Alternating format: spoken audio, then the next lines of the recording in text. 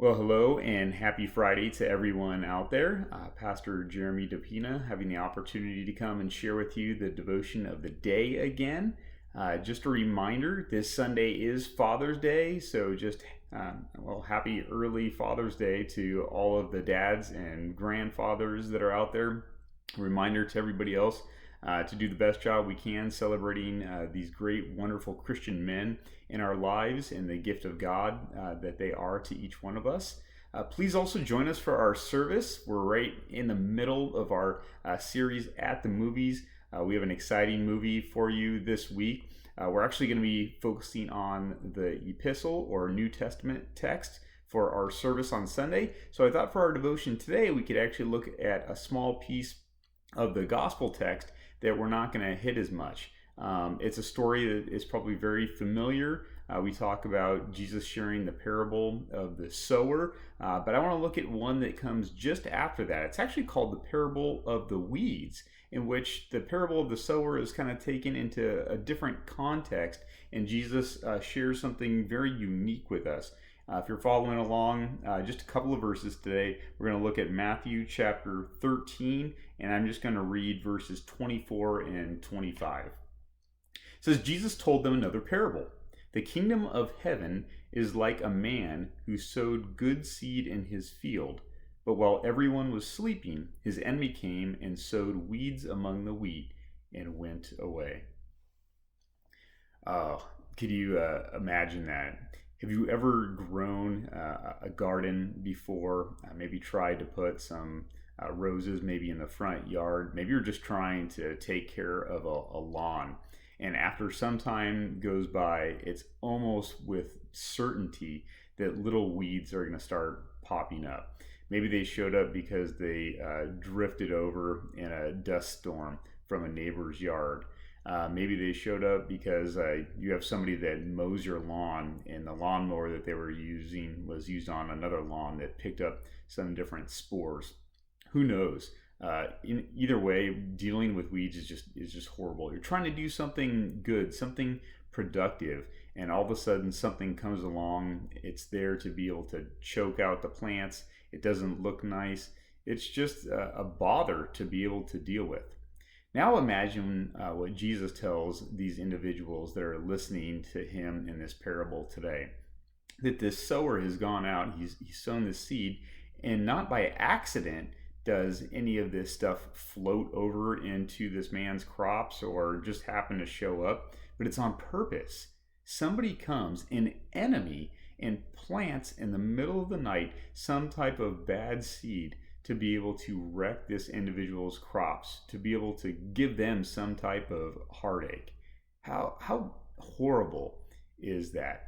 It's already bad enough in life that we need to deal with things around us that go wrong, that aren't necessarily anybody's fault. But when somebody is malicious against us, how do you take that? How do you feel when that happens? How do you respond, or worse, how do you react at times like that? Maybe it's not weeds that somebody is coming over and throwing in your yard or in your garden. Maybe it's something else. Maybe it's the time that you're cut off on the freeway for no reason whatsoever. Or maybe somebody cuts in front of you in line. Maybe somebody's rude to you on purpose. Maybe somebody does try to harm you or one of your family members, maybe physically or even emotionally, in a way that's just very, very wounding to each and every one of you. What do you say during those times? How do you pray?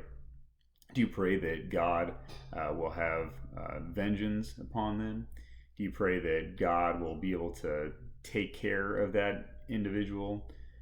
Or do you look at them and know that they need healing and that they need peace just as much as we do?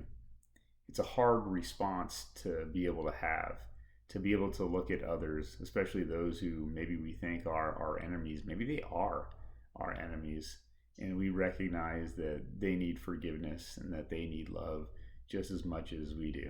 And it's hard to be able to offer that.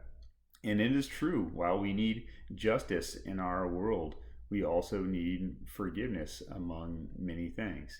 And I don't know about you, but I will say for my personality, that's tough for me at times, especially if somebody has wounded me on purpose. If it's on accident, that's one thing. But when it's on purpose, when it's malicious, when it's an enemy that is sowing those weeds in my life, or especially the life of somebody that I love or one of our church members, that's difficult for me. But one of the things that makes it easier for me to be able to pray for those individuals and be able to ask that God forgive them, to be able to ask that God will give them peace and that God will shower his mercy and grace down upon them, is because I remember what God does for me every single day. That God looks at me, and even though I am a sinner, even though I am really an enemy of the Lord because of the things that I do maliciously against him, he still forgives me. He still gives me his grace. He still gives me his mercy. He still gives me his love and his forgiveness. So we open our eyes today and we look around the world, and just as it's always been, there are things that we see in which enemies lurk, in which weeds are sown. But also, just as it's always been, we have the gift and the power to forgive and to be able to love and to be able to share Christ with others. So remember what God has done for you, and let's share this good gift with people around us. In his name we celebrate today. Amen.